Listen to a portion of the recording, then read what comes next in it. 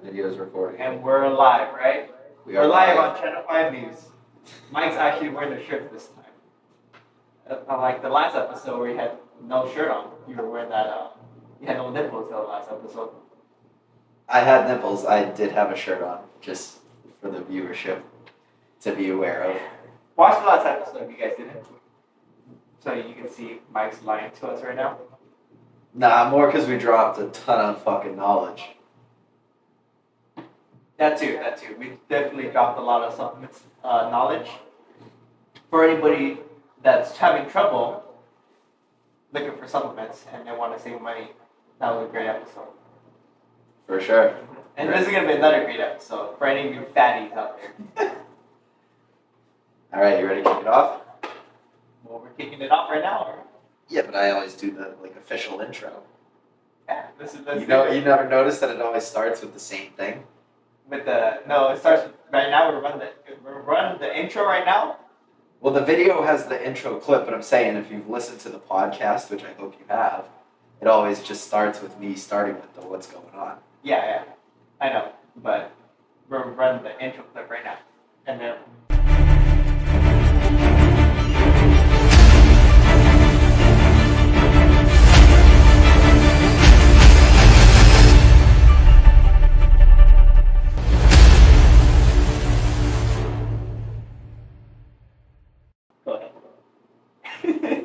All right, what's going on, everyone?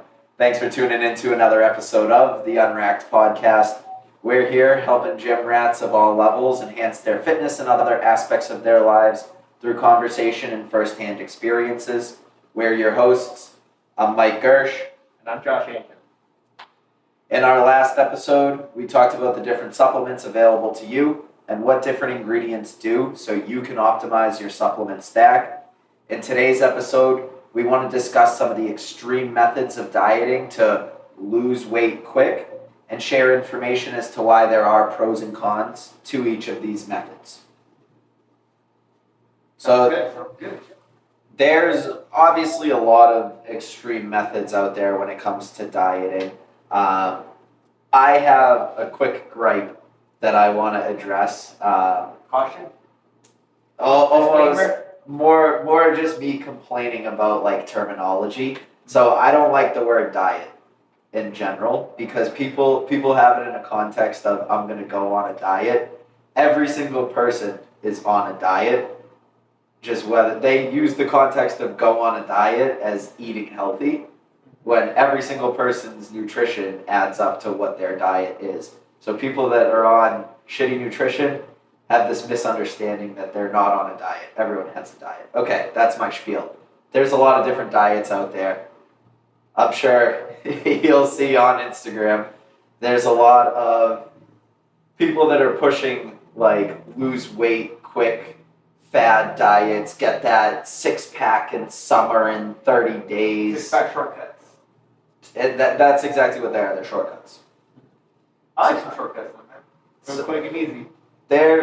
Listen, don't get me wrong. There's a time and a place for a shortcut, right? So if you have a Vegas trip coming up, I feel like that's a big one that people, and I'm putting air quotes, go on prep for. I'm 3 weeks away from my Vegas trip. Bodybuilder show, going out to the beach, vacation, stuff like that. Maybe Yeah. trying to go see a significant other real quick, you know? I mean, if you got that long distance relationship. Yeah, you never know, man. So, this is the perfect diet for those type of people. They want to see results real quick, or they don't want to do anything long term. I mean, everything's still long term, but you want to get there quicker. I'm going to be honest, I don't like how you phrase that. These are not the perfect diets for anyone. We're not advocating for these diets.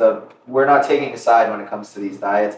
We want to educate you as the viewers of that there are pros and cons to most or all of them.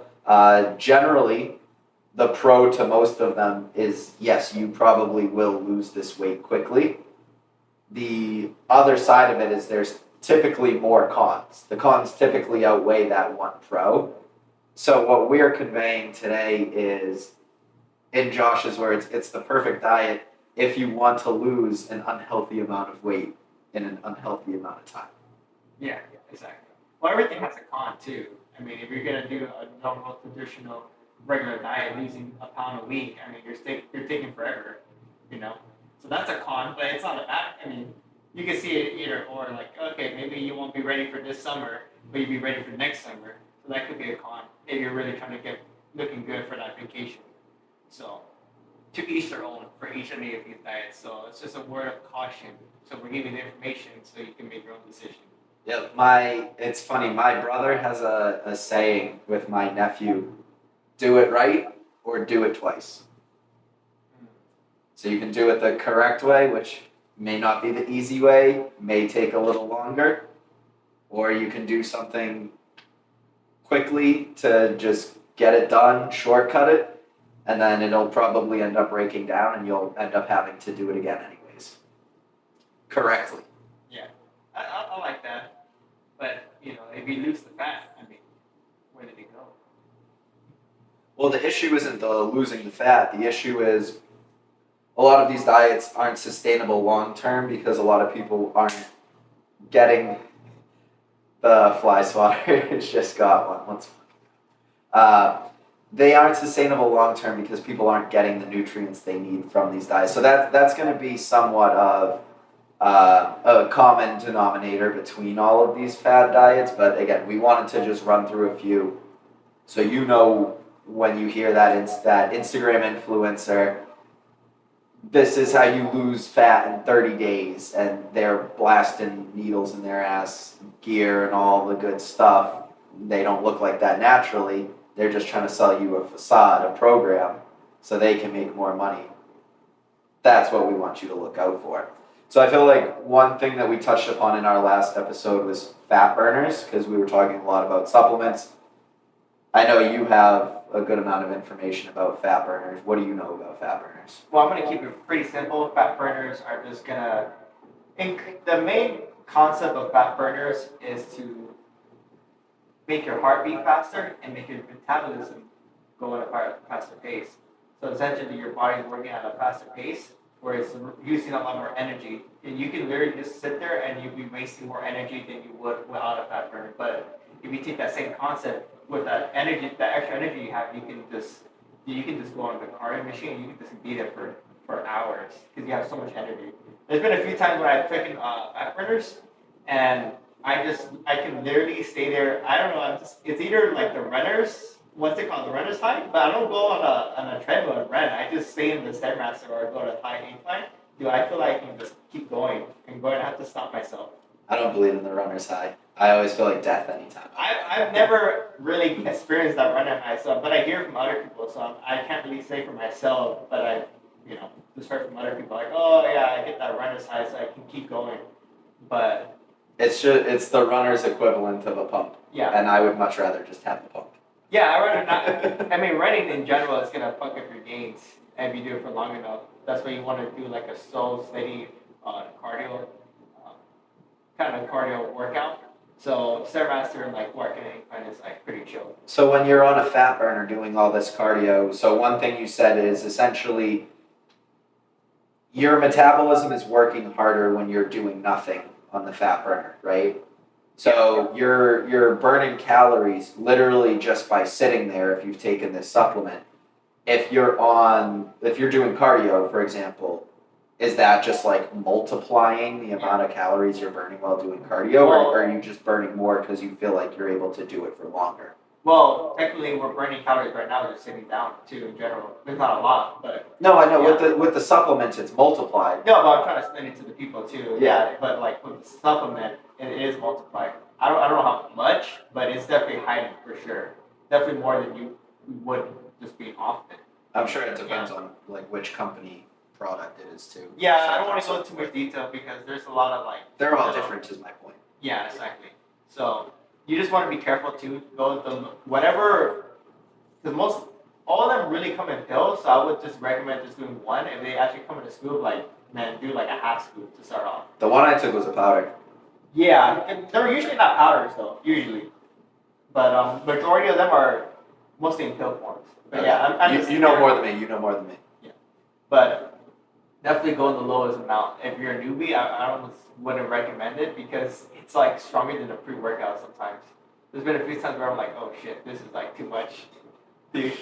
But I just but it definitely works though. I would say it definitely works because your heartbeat's pumping at a crazy pace.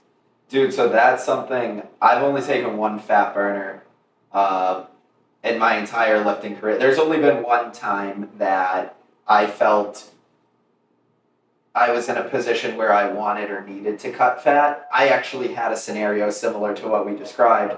I was a groomsman in my friend's wedding, so I had like a specific date that I wanted to like look good by, right? So I took a fat burner. It was a powder. Like we talked about in our last episode, I was a very consistent pre-workout taker. The fat burners, like you said, a lot of them have caffeine in them already. And I'm very happy that I read the ingredients and saw that there was caffeine, and I never mixed the pre-workout and the fat burner. So I would take a pump supplement. So instead of taking it with the pre-workout, I was taking it with the fat burner. I saw online after I started taking the fat burner, there's like a big disclaimer not to stack it with the pre-workout because like you said, it's going to increase your heart rate. Part of what pre-workout does is increase your heart rate. And so putting the two together, it's going to have a very bad outcome. Yeah, you bring up a good point because the one I took is from Gorilla Mode and not sponsor us please, but on rack. But yeah, no, it has a big disclaimer not to mix it with any pre. But I don't know about like these other smaller companies. They might not even put a disclaimer like that. I don't know. Maybe they do, but I was reading like, well, in general, don't mix it. I would say any fat burner, don't be mix it with another pre-workout. I feel like the ingredients are more designed to replace the pre-workout. It's just going to be maybe instead of beta-alanine, like you said, it's something that's going to speed up your metabolism. Instead of L-citrulline, it's going to do something, I don't know, that's going to pare down fat and help you retain muscle. I can't even like think of anything off the top of my head, but it's essentially a replacement for the pre-workout that's going to give you more results towards burning fat as opposed to pre-workout is going to be more geared towards performance to get the most out of your workout. Yeah, you're definitely going to burn some calories, extra calories working out, but I feel like it's more of a waste to do it like that because it's just, you have more energy just to do more cardio and then you can waste more calories like that. Because cardio is going to burn more calories than the workout. Yeah, I was going to say you could do it like that and you will burn calories, of course, but I mean, I'd rather not. It depends on your schedule too. Like, let's say you were able to work out in the afternoon, which we don't do that. No, we're morning guys. Yeah, if you have the time, you could literally do a fasted cardio in the morning, do a fat burner, get that out of the way, and then go later in the day and work out. That would be the most optimal way to like do this. But for me, for example, I just do it on my rest days. Or if you go to the gym like 4 to 5 days, those other 2 days or 3 days, you can just go hop one of those fat burners and do some cardio. Exactly, and that's something that we talked about in, I think, the second episode about injuries is overtraining, right? So if you are newer in the gym, and you're losing weight, you're trying to lose weight too. Yeah, so again, when you're newer in the gym, your number one goal should be to build muscle, because the more muscle you build, the more calories you're gonna require. So it's the same idea as a fat burner. The more muscle you have, the more calories you're going to burn just sitting there to retain your muscles so they don't pare down. And so in that sense, you're just naturally going to burn that fat. So again, when you're in the start of this process, this is why we wanted to talk about the fat burner on the extreme diet. Because if you're new to your gym journey and you're on like a weight loss journey to lose, I would say over like 25 pounds, anything over that I would say is a significant amount of weight to lose. You probably shouldn't start out with a fat burner. Yeah. Well, it is like, while we're talking about extreme diets, it is in this case, an extreme supplement. Not next to steroids, but that's why way more extreme. But this is a extreme like fat loss like supplement. Well, there's a few other pills that you can get that like you get from a doctor, but those are I hear they're not as good. And I would they're also not long lasting. I would also argue that steroids are a drug, not a supplement. True. Yeah, that's true. So again, with that in mind, that was more of an idea of like the extreme supplement. I know we wanted to bring it up because it was something we talked about last time, but didn't go into too much And detail. there's like this is probably literally the only supplement that's gonna help you lose weight at a faster rate. So It's the only one that's like specifically geared towards that. Like a lot of what we talked about in the last episode is to fill a deficiency, to improve performance, mood, cognition, things like that. So, with all of that in mind, we're actually gonna get to the first diet. we're gonna jump into some actual diets since that's what we said we were gonna talk about is extreme diets. So this is something that is a little more overarching in my opinion, but I wanted to keep it general because we could get down into a lot of rabbit holes with this. There's so many subcategories. Yeah. It's almost like EDM music. There's like a category. Anybody that knows EDM music is like a subcategory for like house music, and there's another category, and there's like another one towards like house music. It's like a tree. So this is the same thing for diets. Exactly. It just keeps It's going. Just branch, it's like a branch. Yeah. It's just like multiple sub niches. For sure. So this one, I feel like, is where a lot of people start because I feel like it's something that makes the most sense for people to start here is a restrictive diet. Excuse me. So there's a lot of ways that people can be restrictive with their diet. So I think the two main ones would be avoiding certain food groups, and then another one is only one food diets. So this is something that is taken very extreme. I see online there was like a strawberry only diet. That you ain't get it. gains right there. No Sure. shot, bro. You strawberry got so much protein. Psych. So yeah. Say psych. So with strawberries, yes, it's a healthy carb, like we talked about. Got a lot of fiber. It's got a lot of fiber. Fruits don't make you fat, like we The debunked sugar. Yeah. in a previous episode. The issue with this diet is all of the good things that you're getting from the strawberry, you're just completely missing out on the good things that you would be getting from eating meat, eating more protein, eating different vegetables and fruits that have other benefits that you're not going to get from strawberries. So you're seriously missing out on a lot of nutrients by only focusing on this one. Probably the worst thing too is you have no healthy fats in there too. That's like really bad too. That's gonna make you feel like shit because that fucks up your hormones for sure. So yeah, that sounds horrible. So that's probably why when you are on like a very low fat diet, that's probably why people get super cranky. Yeah. Is because it's like messing with your hormones. Yeah, definitely. Because I know even like, and this is something we're going to touch upon a little later in the show, I know even like bodybuilders are on a very extreme diet. It like messes with their like sex drive and everything too. Exactly. So again, restrictive diets are something that you're kind of going to drive yourself crazy too, right? Like for me, it's a little different where I have an allergy, so I have to restrict myself from gluten. But if there's someone who they just go out and they're like, oh, one day I just decided I want to be lactose intolerant, or one day I just decided I want to eat vegan.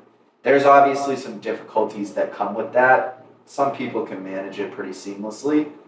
But again, for you to stay on track with a diet like that, you also want to be in a good headspace, like mentally around the diet, for it's something you're excited about, not it's something that like... But some of those diets don't have, like, gluten doesn't have nutrition. Like, you can survive, you know, like, you're surviving off a gluten-free diet, you know? Yeah. So, I mean, some of those are like, what was the second one you said? You said gluten and something else? The one that's not vegan? You said something else. You said gluten, something else. Well, I use gluten as an example lactose twice.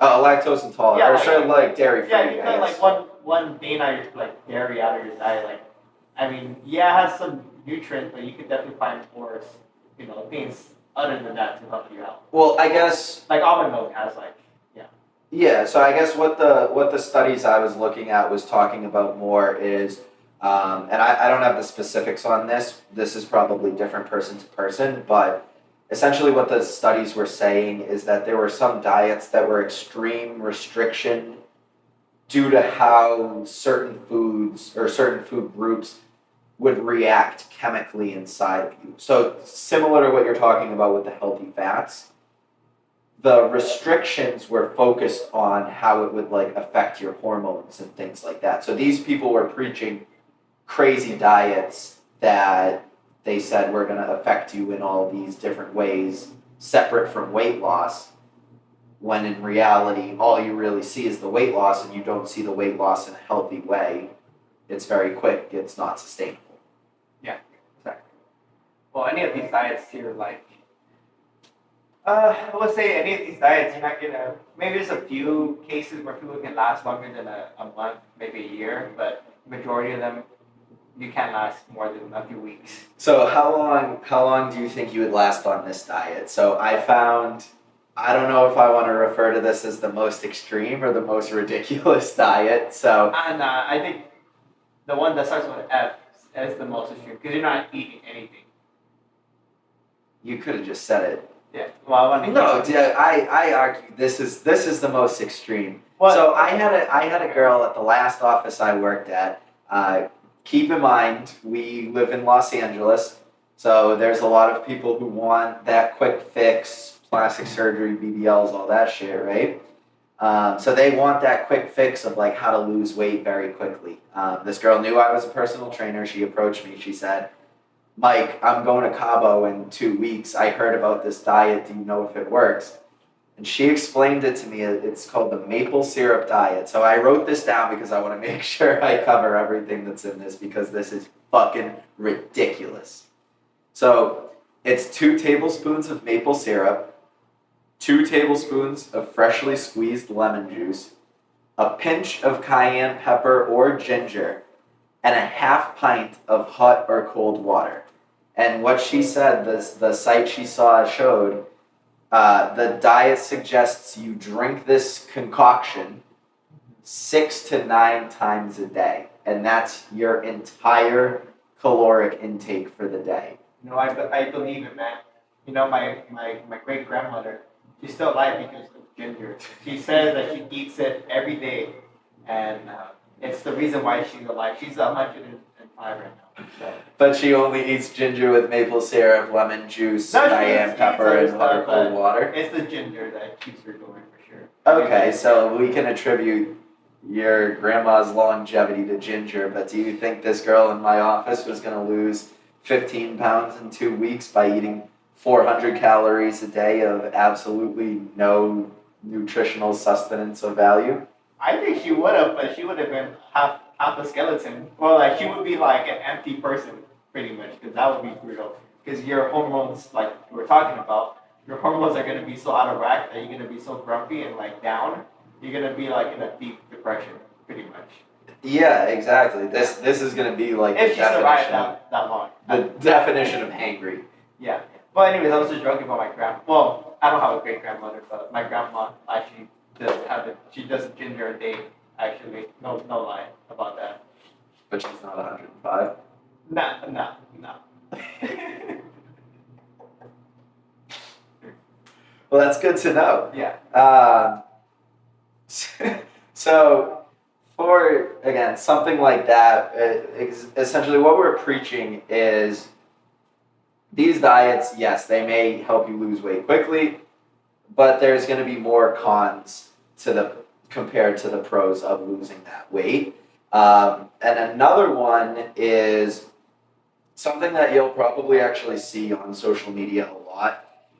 Maybe not as much anymore because of some pretty significant recent events. But there are people who still advocate for more of like a primal diet. Primal. What are your thoughts on a primal diet? It's like raw meat. I forgot about this. I forgot his name, but I saw a YouTuber that he was on Workplace for Dates. They were doing like an interview.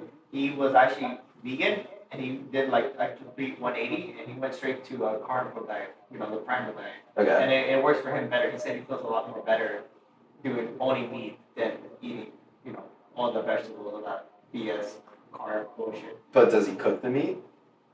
Yeah, I believe he cooks the meat. Okay, Yeah. well, That's why I was You just made referring. raw meat. Is that what you mean? Yeah, no, that's why I was referring to significant recent events. Yeah. Well, I think he does both, actually. Like, I'm talking about the Liver King, bro. Yeah. No, I think he does both. He does raw and he cooks it too. But yeah, and he does eat raw. I don't care if the Liver King cooks it; he still eats raw meat. Yeah.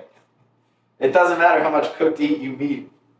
At least he does both. If you eat raw meat, then I'm gonna say that's weird. But that's how our You ancestors can lived. eat raw That's how our meat once. ancestors lived. No, you can eat raw meat once, and I'm gonna say that's Do weird. you eat sushi? That's not raw meat. That's raw fish. It's wrong. It's still wrong. No. It's wrong. Think about this. For Catholics, during Lent, on Fridays, you can't eat meat, but you're allowed to eat fish. Sushi is not meat. It's still meat because it comes from an animal. This is It's vegan a Josh fish meat. talking right It's now. still a meat, dude. It's a living creature. It's a Vegan fish Josh meat. is taking a stand. It's a fish meat, dude. Equal rights, equal fights, dude. Yeah, it tastes equally as delicious. Yeah. It's still raw. If anything, I think of eating a raw fish is worse because you don't know what's in the freaking water. Well, They're swimming in their own shit. Old Dirty Bastard said, "Ooh, baby, I like it raw." Yeah. I mean, So, what do you have to say about that? dude, it's worth eating now. It's definitely worth eating the raw fish because, especially nowadays, that Bro, they clean it. yeah, that they clean the meat. But you can get salmonella from eating raw meat. You can get sick from the meat too. From the fish? No, from like the cow meat. So what are you arguing? I'm arguing that... I'm saying the fish is raw fish, raw meat. Okay, and I'm saying it's not. But you're saying... I'm saying you shouldn't eat raw meat. You can eat raw fish. Well, people are eating raw meat. So. Yeah, and most of them are getting sick. The one exception... People get sick eating raw fish. Yes, but not as nearly high of a frequency. You know, we're gonna see some studies for that. I'll pull it up while we talk about the next thing. No, you don't want to get distracted now. Well, similar to primal, I guess. So, raw meat, I'm just going to categorize as ick. Similar but a little different in a couple key senses is going to be paleo as well. So this is something that people wanted to kind of live like our ancestors lived when they lived off the land. So this is something I would actually argue on this list, probably on the spectrum of more sustainable, but still leaving out a few key elements. So paleo, let me just pull it up so I can tell you exactly what's in it. This is going to be mostly fruits, vegetables, lean meat, fish, eggs, nuts, and seeds. So essentially anything that was living in the area or can be like extracted from the ground. So this was a lot of when it was like the hunter-gatherer style is what they referred to it. Again, similar idea where this one is probably a little more sustainable because it's still generally higher in protein, higher in fiber. You'll still get a decent amount of fat. I think the biggest variable with paleo is going to be carbs. So it's just mostly on that like fruit and vegetable intake because you're not going to eat things like rice, for example, bread, for example, right? Those easy carb sources that you talked about. Those are the simple carbs? Yeah. Yeah, those are the simple carbs. Okay. See, I listened and learned something. Nice. You learn something new every day. But, I mean, that's how you can for sure eat potatoes, though. That's a complex carb, which is way better for... The majority of people, they're gonna handle better with potatoes. You might just have to eat more, for sure. Yeah. Because again, this is something we talked about when we were talking about macros. Potatoes are a little more dense than rice. So typically you're not able to eat as much potatoes as you would be able to eat rice, which is going back to my point there. It's a little harder to get your daily fill of carbs doing the paleo diet. So that's something, again, if you're looking into this diet for yourself, you should know for this to be sustainable that you're going to eat a decent amount of fruits and vegetables to be able to hit your carb goal. Because again, if you're eating a lot of fish, if you're eating a lot of meat, a lot of eggs, your protein goal should be relatively easy. I don't care what diet you're on, hitting your fat goal is always going to be easy. And then from there, you just need carbs to fall into place. Yeah, I mean, there's no way you're gonna get fat off that diet. There's just no way. No, Yeah. it's literally just meat and potatoes. Like Yeah, you you said. have to eat like a crazy amount to really, and even then you're gonna be like wanting to puke because you have to eat so much. Yeah. I can't even imagine like you trying to like overeat on that diet. You're probably gonna have to eat like 5 potatoes for lunch or something crazy like that. For real. Call you spud Because one potato is only like 24, 25 like grams of carb, which is like really nothing compared to rice. Like Yeah. rice you can hit like 60 or something. It's something like that. Like for like a cup. Something crazy high. So we're gonna go to the only. I mean, the next one. This is the 3 Ps, but the last one would be like the only protein. Okay, so the 3 Ps are primal, paleo, and only protein. Yeah, exactly. The 3 Ps. This one's OP. Yeah. Well, the OP. Yeah. This is OP. Nerf it. Yeah. So I think this one is OP because pretty much you're just eating protein until you hit your protein goal. So you're gonna be in the low calorie, but then also you can. What I was doing, I was supplementing a lot of vitamins, so I wasn't feeling sick, like sodium, having a multivitamin every day. I was doing some electrolytes too, keeping me going. So what was your like food looking like? Like you were just eating plates of meat? No meats because it has fats. You want to do like lean meat.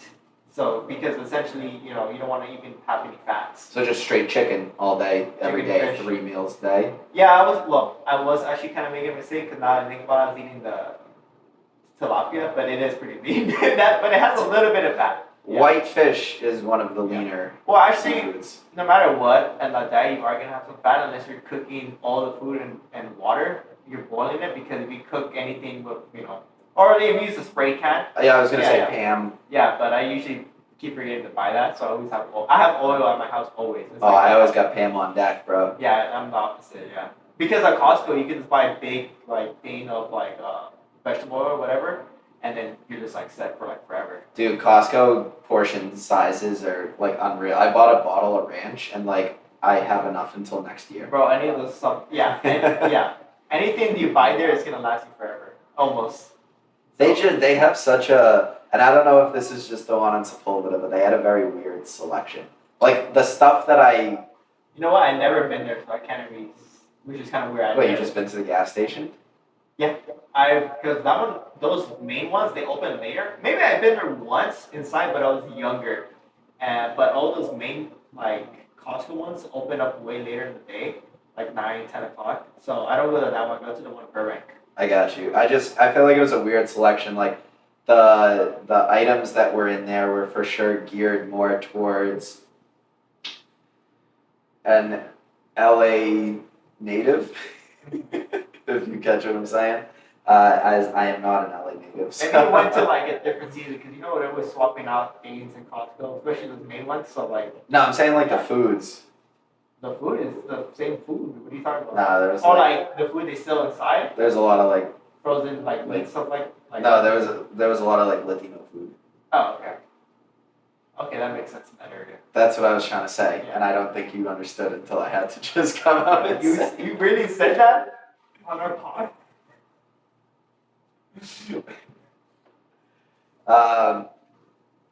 I did really say that on the pod, so. We're getting canceled now. Thanks to you. Thanks for coming, guys. So with that, again, the PPOP. I think that's about it. I think we're gonna trademark the triple POP. What's up? Yeah. So that's it for that. Again, that's still under the category of restrictive. Another restrictive, but I think still somewhat sustainable, is going to be keto. So this is something I know, Josh, you've been doing keto for a little bit now. Yeah, off and on. Yeah. So we talked about it a little bit, I think, in one of the earlier episodes. We did it a few times. I think it was like a brief introduction though, because I think you talked about it just like when you introduced yourself. So like, what do people need to know? Hey, I'm looking at potentially starting a keto diet. Yeah. What do they need to know? Well, keep it simple. You want to have protein moderate, carbs, low. It's gonna be like 5-10%. That it's like almost nothing 5-10% of what? of your macro total. Okay. Yeah. But I also don't want to give a macro total. That one's the most important one, 5%. The carbs have to be low. Everything else can be kind of adjustable. Like moderate protein. You also don't want to have too much protein because I actually read that if you have too much protein, it can turn into glycogen, and that's what you want to stay away from because your carbs turn into glycogen. Mm-hmm. So that's the main thing. Once your body stops having glycogen, then you start using ketones. So that's essentially what the keto diet is. And then fats, you want to keep it high. I was reading too that if you have your fats high, you will actually get into ketosis much faster having that because your body's running on fats. So this can be a big 180 too compared to like vegan going into like primal diet. It's literally a 180 because if you're eating a high carb diet or like a fast food diet, like most Americans are just eating fast food and literally Fat everything. motherfuckers. Yeah, everything literally has too much carbs. Any of those fast food places or most places in general, just so high in carbs. Or any diets like a Mexican diet, our foods like a Chinese diet. It's like Asian diet. It's just literally all carbs, bro. Yeah, and think about it because a lot of these places that you're naming, like they may not have the most like ample food source, right? Like they may not have like a super surplus of food source. So that's typically why they'll have carb heavier because that's what's going to help them feel fuller. So yeah, just a food for thought there. I do have it like is true because if like meat was cheaper, literally you can just go off just eating meat and you'd be fine. If we were able to like lower our carbs. Yeah. That's why carbs are like cheaper. Like rice is so dirt cheap. Even potatoes are like so cheap that you can just supplement that, make you feel full, and have some fat, have a little bit of meat here and there. Exactly, because if you're going to get something of value like meat, you're going to have to pay more for the better quality. Yeah. Wait, before you go to your point, I just want to say this, and the reason why you use fat so fast in the keto diet is because you're using your fats as supplement to keep you alive, pretty much. No, I didn't have a point about keto. I actually had two questions for you as someone who's doing it. So the first question, someone actually recently approached me and asked me this, and I didn't know the answer, so I'm bringing it to you. He's starting up the keto diet. He started pretty recently. My initial reaction, I asked him, have you reached ketosis yet? And he said, I don't know, but I don't think so. So personally, I feel like it's the kind of thing where when you do, you probably know. Can you describe, because you've hit that point, right? Can you describe like what it feels like? Like you know what it feels like. There's honestly so much like side effects. One is like, you're going to have a mean cotton mouth, and it's kind of like you're going to have a mean cotton mouth, but you're going to want to drink a lot of water. And then two is you're going to have like a kind of a smelly breath. So it's kind of hard to explain it, but your breath is going to be, you could brush your teeth and it's going to smell a little bit different after a walk, after. But I thought this was supposed to be like utopia. What are the good things about it? Dude, the good things those are two bad things. I mean, if that's the only bad thing, it's not that horrible, isn't it? I mean, when I smoke a joint, I get cotton mouth, so yeah. I keep smoking joints. Yeah, but then you might have it all day, but as long as you're drinking like water constantly, you're fine. So it's like it lasts ketosis lasts for one day. No, it's like a constant state. It depends on everybody, and especially how fast. There's like I can go into like how to get into ketosis faster. No, but like how long does it last? Like it lasts until you eat carbs, pretty much. Like if once you're in there, it's gonna last until you eat carbs. So you're gonna have cotton mouth until you eat carbs. It kind of goes away here and there. I mean, I would say it just depends on each person. Okay, so what are the benefits of it? Because cotton mouth and bad breath aren't selling me on it. Well, you're gonna have way more focus. You're gonna have a lot more energy. You're gonna feel more clarity. I feel a lot more clarity being on there on the diet, and you just feel way more active. That's why I feel like I got more shit done. and So I'm able to do more things throughout my day. Because you don't feel sluggish, you have less bloating too. You're not gonna be bloated at all. It's like pretty much impossible. So it feels like what you just described to me was you just took an Adderall. Yeah, but at least it's natural. Instead of some like compound that's made in the lab. So it's not something that it's like all of a sudden you're going to be peaking. It's just something that like one day you wake up and you're like, I've been doing this long enough. Wow, I feel super clear. Yeah. I feel Even after a long shift, like my shifts aren't that bad, but like I can tell like on a regular diet, like oh I'm usually really tired after, or like I know a certain amount of tiredness that I am. Like let's say my tiredness on a regular diet would be maybe a 7 after a work shift. Mhm. On a keto diet, I'd be like at a 4 or a 3 even. I'd be like oh, I can go get a pump right now. I'm chilling type of thing. But it is kind of tougher because you are going to be a little bit weaker at the gym. yeah. Because you don't have any glycogen in you. But you're probably not training to be strong if you're on a keto diet. Yeah, exactly. Okay. Oh, sorry, go ahead. Well, I mean, I saw some studies that you can do like a lean bulk on it. It's tougher, but you can like lean bulk on it, and then Lean bulk. yeah. Well, it is a lean bulk because you're not eating any carbs. You're just bulking on it. Yeah. So it's like You get a lot of fucking protein then. yeah. Well, it's easy to hit the protein goal. It's the fats that's like because your fats is going to be way higher than your protein. So I mean, fats should be around 70 to 80%, and your protein is going to be like 20 to 35%. Okay. Around that. Like I want to give a wider range because everybody's going to be different, but protein wise. But yeah, that's where you want it. Like fats is like way up there, bro. Okay. Yeah. So my other question, and this was something that he asked me as a follow-up to me asking him if he's reached ketosis yet. So he said, I don't think so, so probably not, right? His follow-up question to that was, is there still benefits to doing keto if I don't reach ketosis, or is it pointless? Well, you are on a low carb no matter what, and you're gonna be eating less, so that is a benefit because you're on a low carb diet essentially. Mhm. But yeah, you're not gonna get the full benefits like I was saying, like the focus, the energy, you're gonna be less bloated actually eating less carbs too. But it's more that clarity and that energy you're gonna be missing out on the keto diet. So And ketosis also, lastly, you're gonna be burning, using your fat for anything. So you're also not gonna be in that state as well. Yeah, you're gonna be because your body's gonna be using more whatever glycogen it has if you're on a low carb diet, which should be enough to like keep you going. So pretty much, and I'm not saying this is the way he would do it or what he's doing. I'm just using this line of questioning as an example. So pretty much what you're saying is in the example of keto, where he's just starting out, he's going to get the benefits of like being in a deficit and being low carb. So he's going to essentially lose weight, cut body fat. With low carb, he's going to be drier because he's not going to be holding as much water. He's not going to get the further benefit of ketosis, of like the added focus and clarity.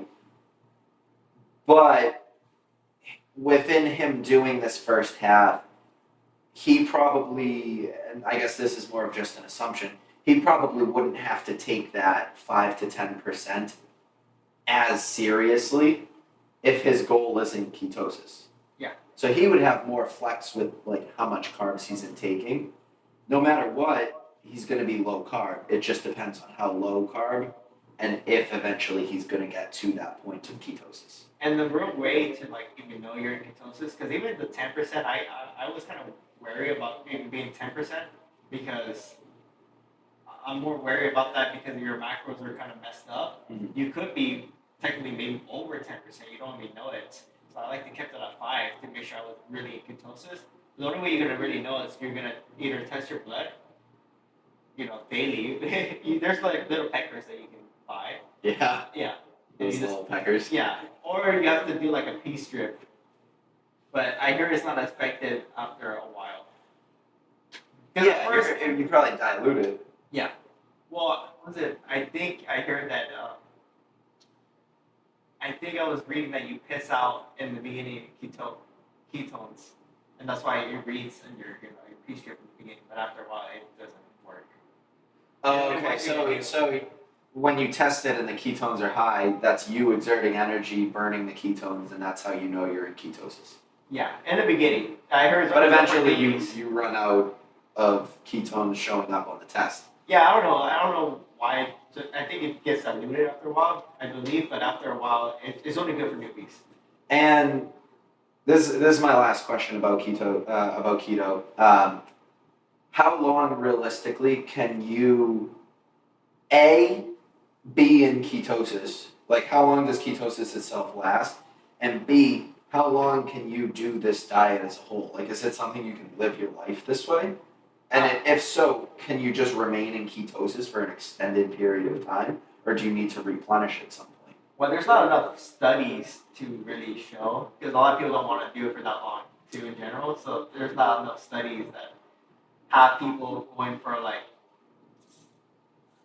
maybe a generation, of being in ketosis. But there's like a few influencers that are doing it for like a year. They've done it for like 2 years already, like straight ketosis. BBC, baby. Keto. Big Brandon Carter. Yeah. So he has done it for I think 2 or 3 years. I think it was around pandemic. He said he started doing keto like full time. And this is just a question for my own. I don't know. I'm asking you. Is he natty? No, he's not. Okay, because I've seen pictures of him. He looks fucking insane. So I just want to make sure. Cause well, he's just on TRT, so he's pretty much natty. he's as natty as you can be without being natty. yeah, exactly.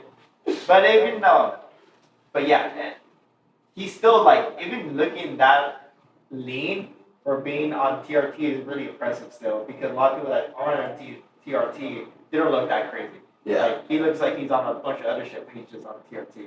So, but back to your point, it could be sustainable long term. It just depends on each person. I would just go off like how you feel. Okay. Yeah, or because that's another thing too. Because people that do this diet, they just do it just to lose weight, and they're like, okay, that's another. I forgot. Yeah, that's another reason people don't do it long term, because after they reach their goal, or whatever body fat they reach, they're like, okay, there's no point of doing this now, right? So unless you really like the energy, the focus, and like the clarity, then you'll keep going on the diet. Well, that's what I'm saying. That's something that, like, to be honest, I've dabbled with the idea myself of doing it after my meet. But the reason that I don't think I'm going to, so I would do it in the efforts of losing the belly fat that I've put on while I've been in this somewhat extreme bulk leading up to the meet. The reason I think I'm going to shy away from doing it is because I think I'm going to decide to, I want to continue to power lift. I don't think I would be able to do a meet relatively soon, probably not until like next spring at the soonest. So I'm not saying I wouldn't take the training seriously, but I have room to like do other stuff. Like I told coach, like I want to train because I want to dunk by a certain time. So that's random. But essentially everything that I want to do after the meet that isn't like super intense powerlifting, because that's what my training is right now, would require carbs. It's all still performance. So I would still powerlift, just not as intensely as I would be leading up to a meet. I want to be able to dunk, which I need carbs for performance, any performance work or workout, just in general. That's, again, what your body is burning first.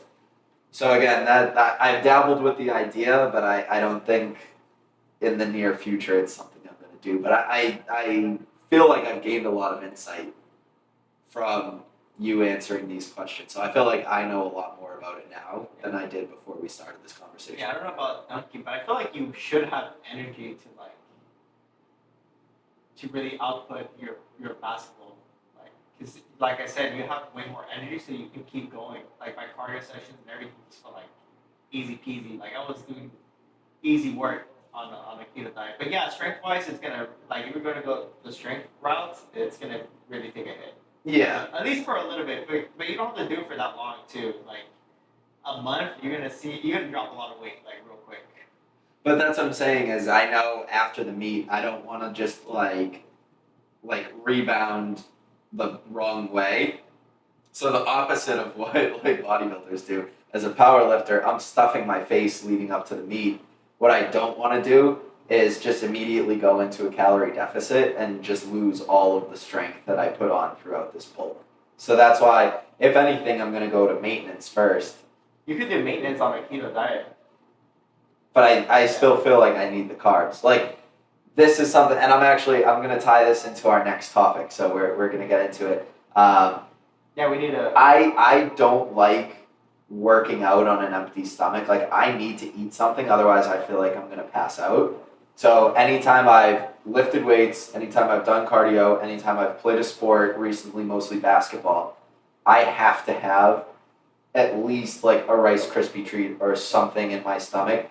I always make a joke because the next topic we want to talk about is fasting. I always make a joke.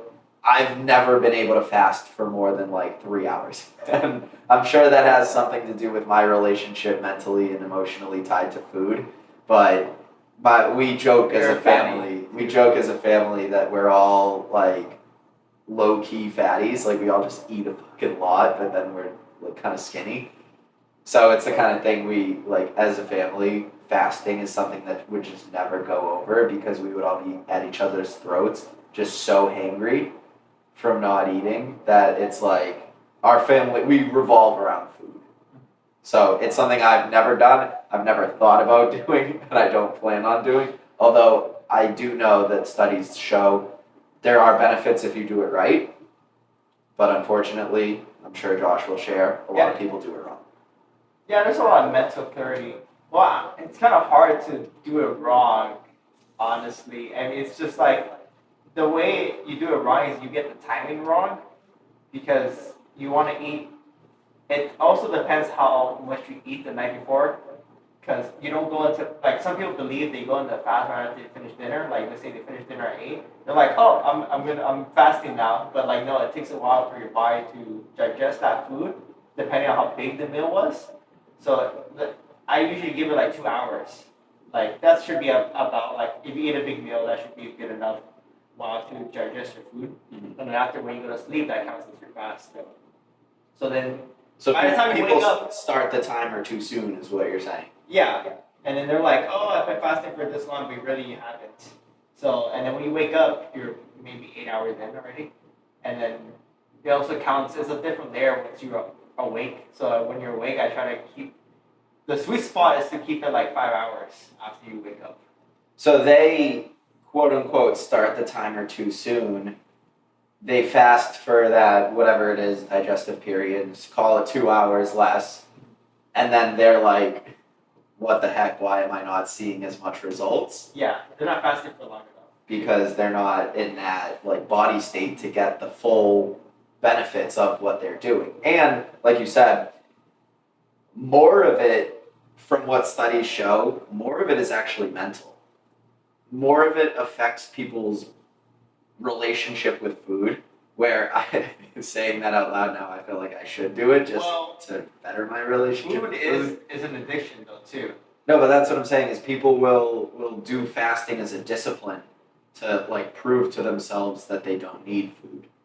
It's like, I know I talked about this, but in dodgeball, when he has the electrical clamps clamped to his nipples, and every time he reaches for the donut, he shocks himself. You really like those nipples, huh? That's not fasting, but that's the mental side of like discipline around food. Yeah.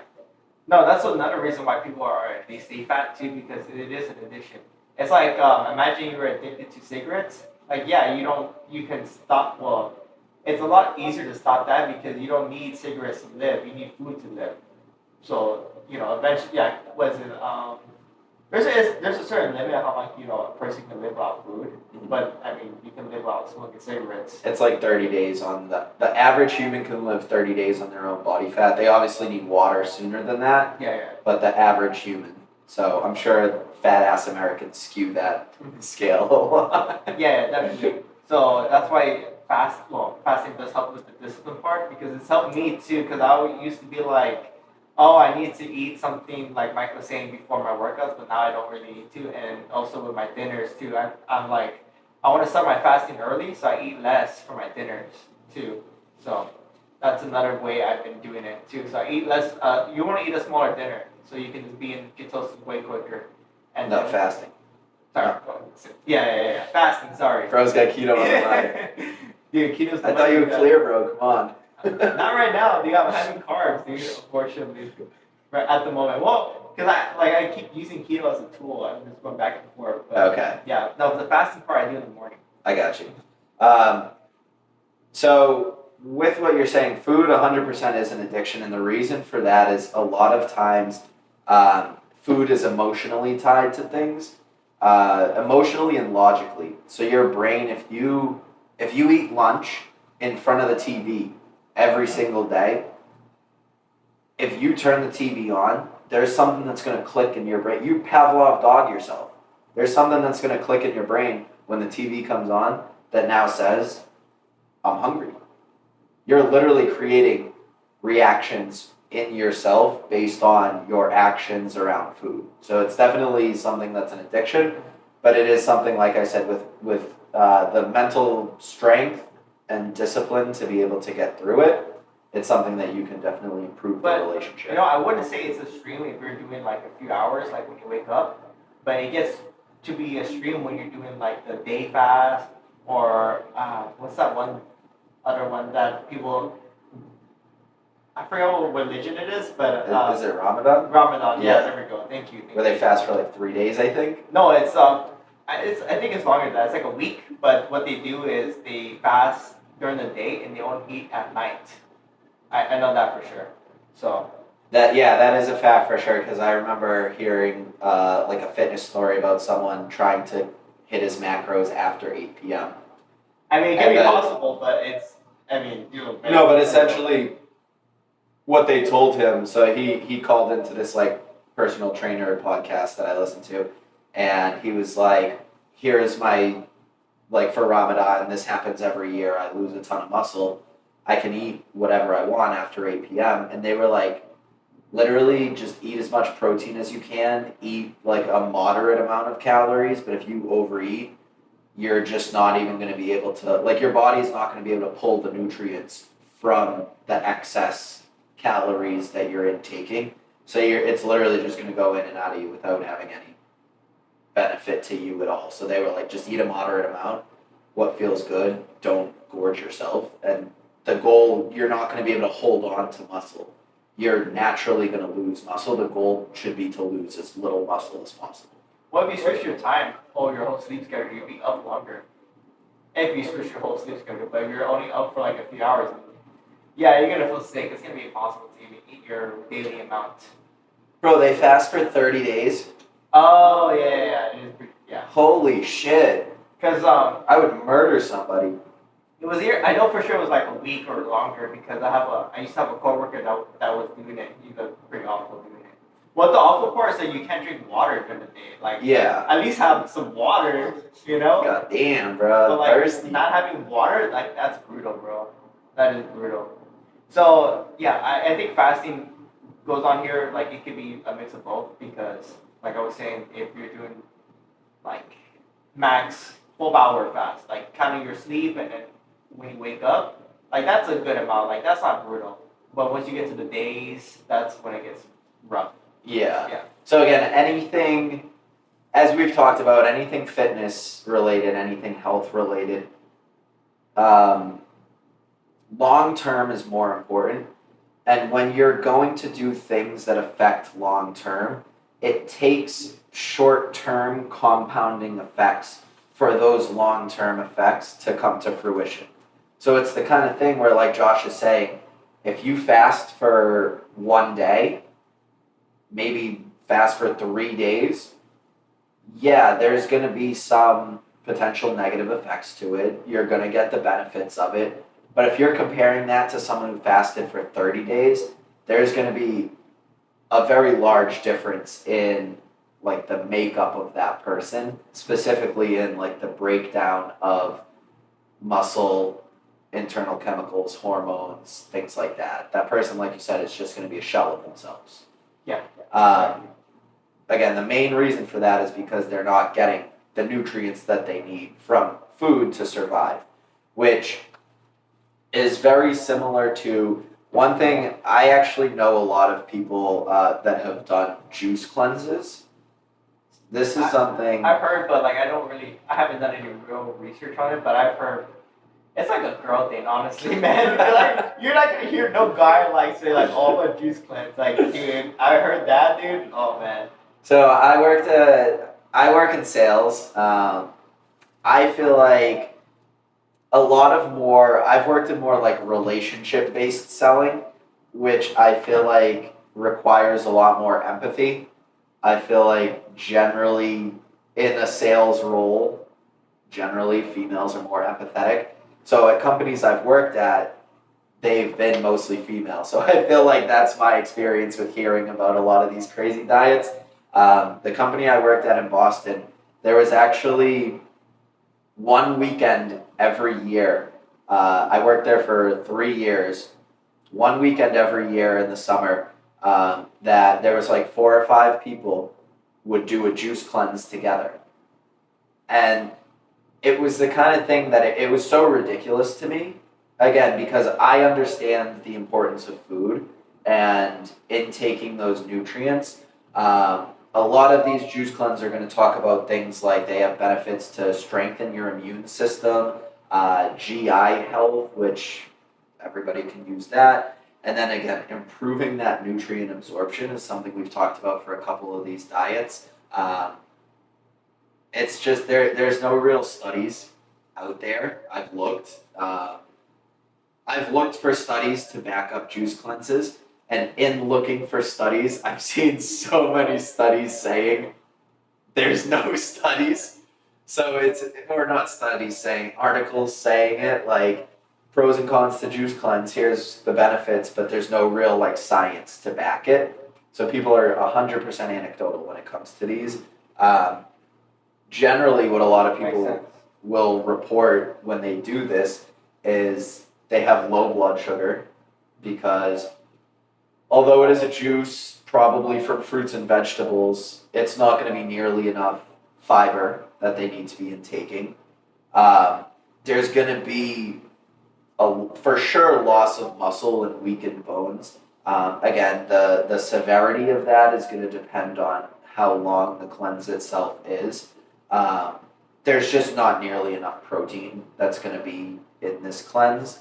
And then dehydration and headaches, which I think is ironic because that's directly tied in this case to lack of nutrient absorption, which is something that... I feel like any of the other ones we talked about, you get that too, like a headache, Yeah, headache, dehydration. It's just, in this scenario, it's like the key indicator that you're not absorbing enough like water from carbs, for example. You end up dehydrated. And then the last one, and this is something I know it goes along with everything we've talked about, is that unhealthy weight loss. So yeah, again, it depends on the length of the juice cleanse, but this is something that the juice cleanse itself says everything it needs to say by selling you a juice cleanse that you do for 3, 5, 7 days. Right? They're literally marketing this to say you should only do this once every so often. Like, they're literally marketing it to say this isn't sustainable to do. Like, they're saying buy our product once, you're gonna lose 5 pounds in 3 days. And then if you're smart, you're not gonna do it again, or not gonna do it again for a while, because you probably just felt like shit. Yeah, honestly, the juice cleanse, I mean, you might as well just eat nothing and just fast. It's like... You might as well do the strawberry-only diet. What's the difference? Yeah, essentially, it's like no difference. Unless you can have a vegetable juice. I don't know if the juice means like any, like just mixing shit together. I don't know if that one. No, or is it only like fruits? No, it is fruits and vegetables, so I was obviously just trolling there a little bit, but typically it's either going to be one of two things. It's either going to be a company has like the pre-made juice and sends you however many, or you can make the recipes yourself, but I feel like you got to be a psychopath. I mean, of course it can be companies. They want to push that out because, they're making money off that. No, but anytime there's a product that someone feels as if they can make it themselves, they're going to try. Yeah. Again, whether or not it works. They think it works because, again, all they're eating is blended fruits and vegetables for 3 days. So yeah, you're gonna fucking lose weight. Yeah. No shit, Sherlock. How long did those people do it for? The ones in my office, they usually did 5 day, so they would do like a Monday through Friday, because we all work together. So it would be like a misery loves company, like they would just be miserable together, and that's how they quote unquote got through it, because they all felt like shit. So they're like, oh, if you feel like shit, then it makes me feel better that I feel like shit. When in reality, you shouldn't want to feel like shit in the first place. Yeah, that's yeah. You shouldn't be in a place where you feel like you need a juice cleanse. Hot take? Hot take? That's a hot take. But I don't know, that is pretty brutal. I rather just do protein only. Yeah, for real. At least you're getting more minerals and like you're keeping your gains doing that. Yeah, at least you get to eat like fucking chicken. Yeah, anything that you're not, if you're a person that has like muscle, you did like a mean dirty bulk, you want to keep the protein high with any of these crazy diets, because otherwise you're gonna lose a majority of your muscle. I mean, you're still gonna lose muscle in a deficit; it'll be less, but to keep, any deficit you're gonna lose some muscle, but to minimize that, you want to keep the protein as high as possible. Exactly, and the thing about a lot of these diets that we've talked about is it's not just a deficit; it's an extreme deficit. Like that maple syrup one. It equated to, I think if you had 6 spoonfuls of whatever that concoction was, it equated to like 400 calories a day. And the average American is recommended 2,000, which I think is low because we're fat as fuck. But with that in mind, being such an extreme deficit. I would say this one is like leads to extreme deficit. Like once you hit this kind of deficit, it's going to be an extreme deficit. But this is more of a targeted extreme deficit. It's purpose. The bodybuilding show prep. Prep. You're so heavy. Well, because I'm on prep, but like in a different way. I'm going in a different direction. Yeah, you're not in a deficit. You're not in like a 1,000-calorie deficit like these bodybuilders are. Yeah, no, I'm in a 1,000-calorie surplus. No, not even that high. I'm playing, but no, exactly. It's such an extreme deficit, and it kind of, to be honest, now that I'm looking at the notes, it does kind of tie into that god tier tracker master too, because you want to control every single little variable going into the show, right? You want to control your sodium intake, your sugar intake, all your micronutrients as well. So similar, same but different, we'll call it. Well, the sodium is, there's some things like sodium is just mostly so you get that drier look on stage, but you don't really need that with the tracker master. Okay, so again, similar idea, but we won't jump the gun on that. So with the bodybuilding deficit, I guess the advantage that you have on this bodybuilding deficit is there's 2 things that are very probable. Number 1 is you most likely have a coach who's A, helping keep you accountable with your meals and stuff, and B, is probably programming your calories, so all you have to do is make and eat the food. The other thing that's probably true is you either A, have a meal plan, like a meal prep service, or your significant other loves you very much and cooks all your food for you, like C-Bum and Courtney. To be honest. Or you're a good cook yourself. To be honest, if you're in a bodybuilding deficit, you're not eating anything, so you really need to cook that much.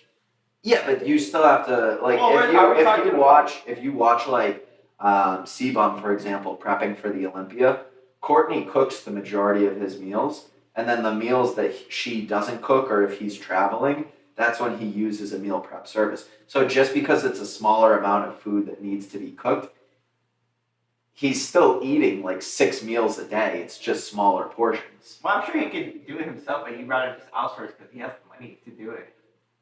He's not paying. It's his fiance. Well, I mean the meal prep and stuff like that. Yeah, he has a fiance, so might as well just have her do it and save money like that. But if you're going out and travel, like you can just do meal prep easy peasy. So I'm sure he could do it himself if you really wanted to, but at that point you're so high level, like might as well just outsource it. No, that wasn't my point. What was your point? I don't think you're arguing the point that I was trying to make. What was your point then? No, my point was you said you don't have to cook that much. C-Bum is obviously an extreme example because he's the top of the top.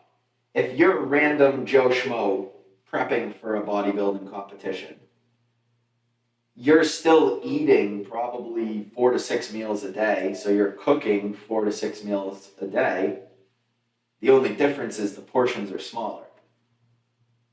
So you're probably still on the same eating routine where people think, oh, he's on an extreme deficit, he must just eat a small breakfast, a small lunch, and a small dinner. A lot of them still eat the same 4 to 6 meals per day that they would on maintenance or in a surplus. The only difference is they're just going to eat a smaller portion. Okay. You see what I'm saying? Yeah. I got you. So I think we were arguing two different things. Yeah. And we weren't even arguing. We were just making two completely unrelated points. Yeah, this is definitely two mix-ups. So, I mean, is there anything else we really have to say about that? No, I mean, again, bodybuilding, we're talking about extreme diets. So it's just something that, it's a means to an end, right? Nobody is just gonna randomly decide to get to 4% body fat. Like, people only really follow through with a diet like that if they're prepping for a show. That's the main point about it. And if you are walking around it, I would say, like, if you walk around at sub 8% body fat, you're probably not natty. Well, I mean, it's possible you're just gonna feel like shit, and you're really just starving yourself. I said probably not. Yeah. So I'm sure. Well, not sustainable. Like, if you're gonna do it for like maybe a photo shoot, like, I don't know, you're just doing like a personal photo shoot, or you're doing like some modeling gig. Like, you could just do it for like a day or like a week, and then you're just, you know. Yeah, no, I mean, it's the kind of thing. When I first started working out, I was super skinny. I had very minimal fat on me. I'm sure there was times where I was under 8% body fat. I feel like I probably started my fitness journey under 8% body fat because I started on that side of it, where a lot of people obviously start at a very high percent and try to lose weight. I started on the other side where I started very skinny, so I'm sure for the majority of my lifting career, I was sub 10%. I didn't really get above 10% unless I was like deep in a bulk. Well, I mean, are you sure you were in at 8%? Because you never know, you could have been at 10%. No, I got tested. Okay. When I joined Golds, I got tested. Okay. I was 11% on a bulk. Okay. That's different. Yeah, so if I was 11... Guessing. No, I knew for sure. I was 11% on a bulk, and I was like 3 months into my bulk. Yeah, because that's always accurate. And as you know, for me, I lean out very quickly. Like, I'm not trying to say this in a brag way because my double-edged sword is it's hard for me to gain weight. It's very easy for me to lose weight and burn fat. You've been looking kind of chubby lately. It's all, dude. I was talking to Coach, and I had like an epiphany moment because I think it was like the other day when we were posing. I was like, damn, I'm still like pretty fucking shredded. It's just my stomach. It's literally just my stomach. Yeah. Well, I mean, you're more probably like a skinny fat, so it doesn't go everywhere else. You know? Yeah, no, it's just so I'm just gonna wear the black tank. Yeah. So you just never see it. Yeah, it's a good thing we're black. I can still vacuum. I can still vacuum, bro. That's good. But yeah, not that fat. Yeah, well, like if there was someone else, like someone different body type, they'll get like fat on their arms, their legs. But luckily for you, I mean, even me too, I'll get it more to my stomach and obliques area. Well, and I feel like there's a lot of people who they go a little overboard with the bulk. There's one person I can think of, and I never met him in person. I only saw him online, but he just went so over the top with the bulk that it's like he got fat to the point of like he didn't even look like he lifted. Okay. Yeah, I mean, there's a lot of people that lift that look like they don't lift. They look like they're obese. You know what I mean? All that fat it's covering up the muscle, pretty much. For sure. So for the people who really just want to control everything and they are super aggressive with their diet in that sense, I know you wanted to talk a little bit about, we're referring to the tracker master, copyright reckless Josh underscore. That's okay. Copyright. I don't want to really copyright this, but this is I'm calling this the God tier tracker master. So I'm getting my point down, dude. People need to know this because this is probably the most sustainable out of everything. But it could be annoying because you have to track everything. So explain it first. Yeah. So essentially, you're tracking your macros daily. So that means you're taking the scale everywhere you go. If you're out eating, you're taking that scale. You're taking it out of the backpack. You're at the restaurant weighing everything daily. Everything that goes in your mouth, you have to weigh it. Hey, yo. Pause. Except, of course, water. And then you also want to track your activities during the day. So that could be using like a Whoop or an Apple Watch, something that can actually track your calorie output properly. So if you're doing these two things and you track it daily, so it's pretty much calories in, calories out. So if you're burning all the calories that you're essentially putting in your mouth, so let's say you're putting in like 2,000 calories in the day. If you can burn 2,000 calories, you should be burning everything you eat. You're net 0 calories. Exactly. So that's what maintenance is. Yeah, it could be your maintenance. You could burn your maintenance off and lose weight. So essentially, you can just. But then it's tough. It's just a lot of Well, you're burning everything you're eating, so you're gonna be. We're gonna get sidetracked. I'm not gonna refute that. Okay. So, yeah, you can be in a deficit too and do this too, but it's just better that if you can just do it however you can. But it's just gonna burn a lot of. It's gonna be tough burning all that calories. You're literally just gonna have to be on a bike almost all day. Yeah. Or running all day. So this is something I honestly resonate with this because you gotta be kind of like OCD to be this kind of person to track literally every single little thing. So the pro and con about this is nutritionally, yes, it's the most sustainable the most sustainable diet we've talked about all day because you're controlling every single variable that you possibly can. You have your calorie intake and expenditure down to the T, right? So you know everything. You're probably very in tune with your body. The con about this, where again nutritionally very sustainable. What I would urge people to be careful of is the mental toll that this can potentially take of typically the person who's gonna like gravitate towards this method is gonna be, and I feel like I'm gonna be describing myself, a little more OCD, maybe a little more like controlling. Personally, I like to control every variable I possibly can.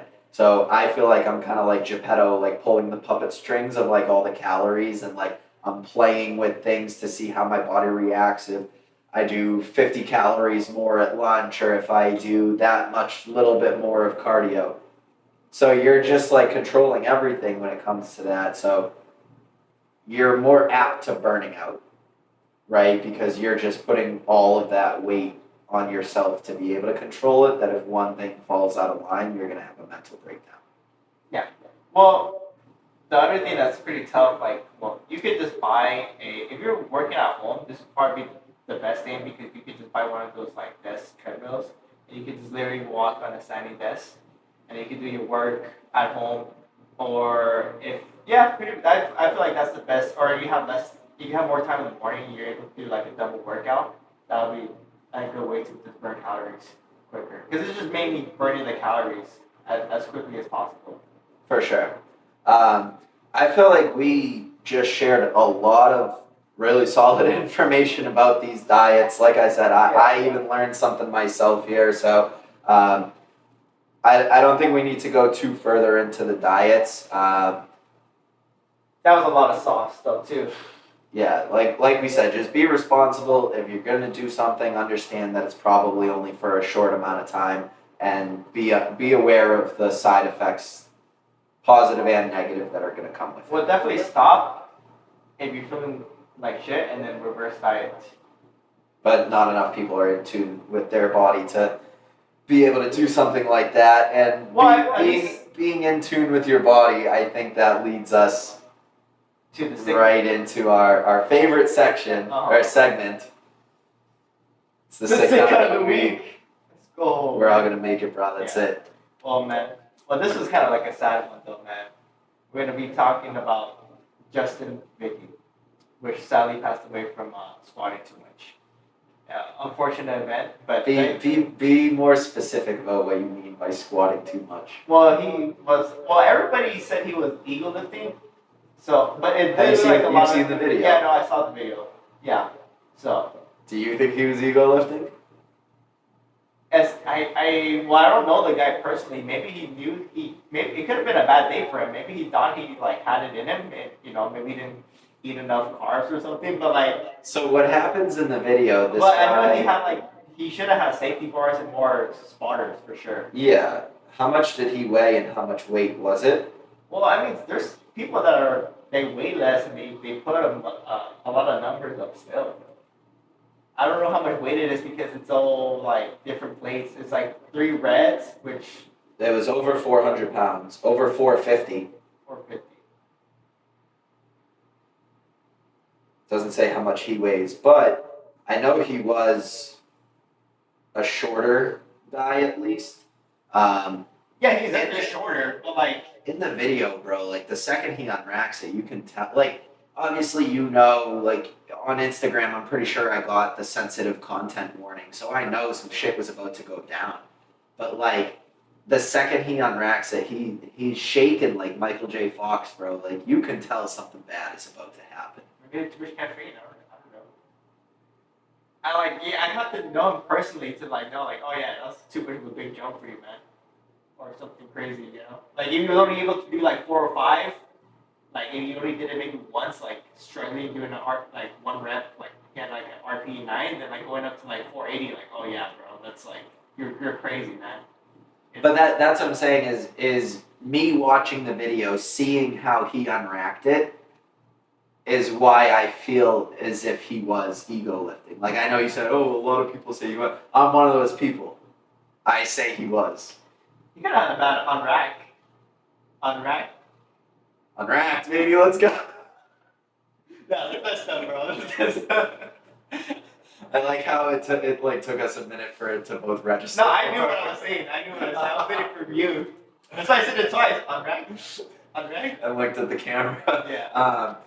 No, I definitely think he was ego lifting. I feel like that's the kind of thing, and I know for a fact that because I've done this, there have been times where I've unracked. Oh man, I didn't know you were an ego master pro. No, I've unracked the weight, and if I didn't feel good about it, there's times where I re-racked it and fixed it.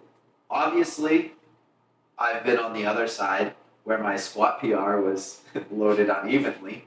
So there are times where I have unracked it and it didn't feel 100% right, but it wasn't to the point where my entire body was shaking with 3 times my body weight on the bar, knowing that this is probably the most dangerous exercise to fail.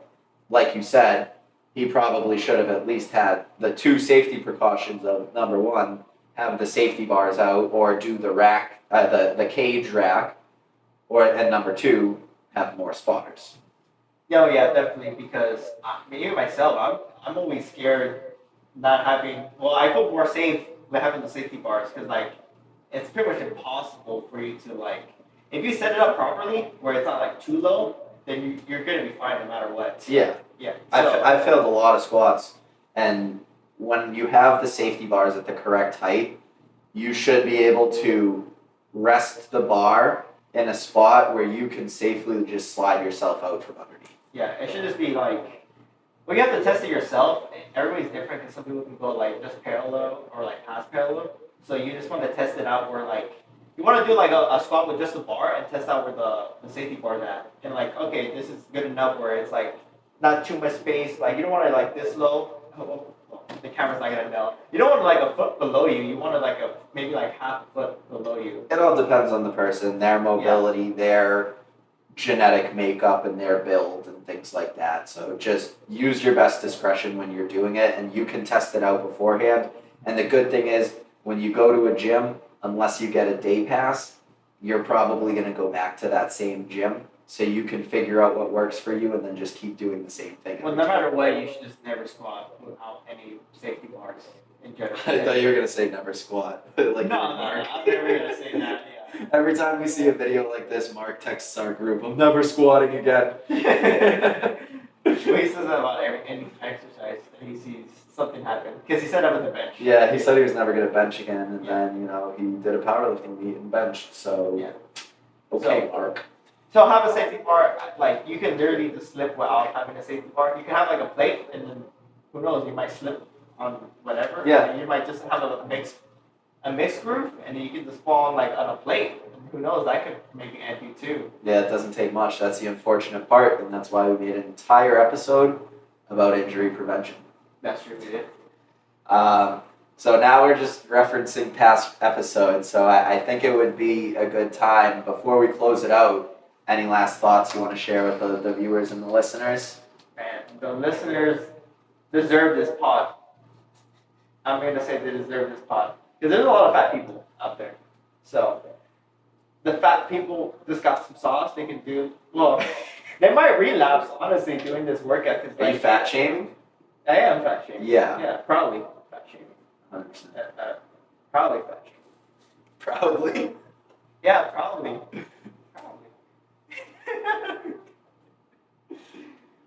Yo. Alright, so before we get canceled, I think we should not play. We aren't going to get canceled for that, bro. People say a lot worse shit on podcasts. Think they're going to cancel these guns here, bro? You got a license for them? No, I don't. So I'm like, You might get canceled then. So, before Josh gets canceled for open carrying a concealed weapon. Yeah, and fat shaming. And fat shaming. Thanks, as always, for tuning in. As you know, we're going to be dropping new episodes every Thursday on YouTube and wherever you get your podcasts. Make sure to like, comment, follow, subscribe.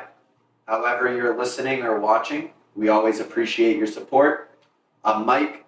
And I'm Josh. Make sure to keep getting those sweet gains. Live life unwrapped, baby. Let's and go. like the fucking video. Let's go.